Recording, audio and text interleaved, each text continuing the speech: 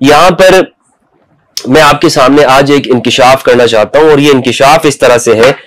کہ شاید کچھ لوگوں سے اس سے دکھ پہنچے، اور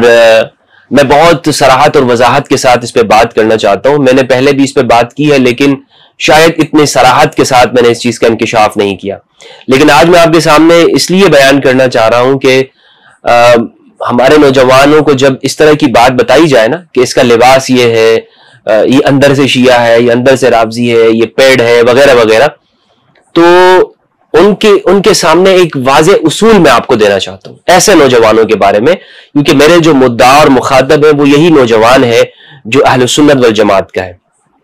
اور وہ بات یہ ہے، میرے اس بیان سے بہت ساری حقیقتیں کھلیں گی،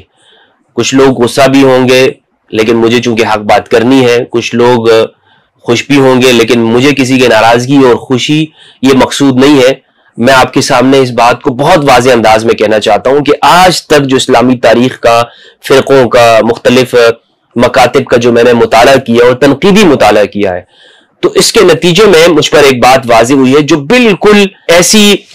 شاید کچھ لوگ اس سے متفق ہوں اور کچھ لوگ اختلاف رکھتے ہوں، اور وہ بات یہ ہے کہ رسول اللہ صلی اللہ علیہ وآلہ وسلم کے بعد اس امت میں دو تقسیمیں ہو گئی۔ ایک تقسیم تو وہ ہے کہ جو غدیر کو ماننے والی ہے، اور ایک تقسیم وہ ہے کہ جو سقیفہ کے ساتھ کھڑی ہے۔ اب یہ ہمارے نوجوان کے سامنے ہے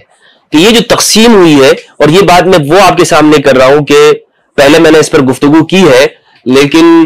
اتنے واضح لفظوں میں میں نے کبھی اس کو بیان نہیں کیا۔ رسول کے جانے کے بعد اس امت میں دو تقسیمیں ہوئی ہیں،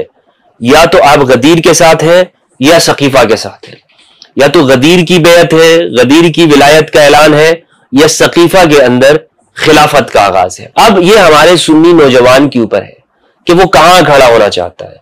کیا وہ غدیر کے ساتھ ہے یا سقیفہ کو مانتا ہے، یعنی اس کے سامنے غدیر کی حیثیت کس درجے کی ہے۔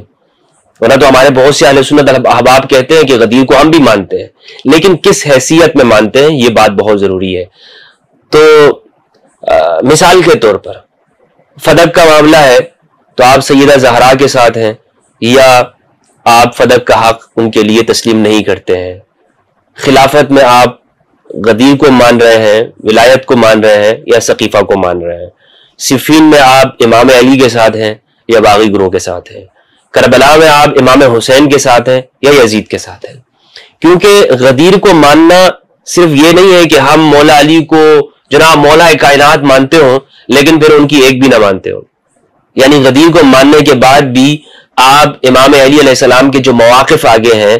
وہاں پر آپ کہیں اور پہ کھڑے ہوں، یا غدیر کے معنی میں تحریف کر رہے ہوں، یا آپ باغی گروہ کا حصہ بن جائیں۔ تو غدیر کو ماننا دراصل کچھ حقائق کو ماننا ہے، اور ابھی ہمارے سنی نوجوان کے اوپر ہے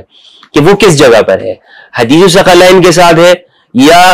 بابوں کے ساتھ اور فرقوں کے بڑوں کے ساتھ ہے۔ یہ نوجوان نے فیصلہ کرنا ہے، اور سنی نوجوان نے، یہ میں اس کا فیصلہ کرنے والا نہیں ہوں، نہ ہی ہمارے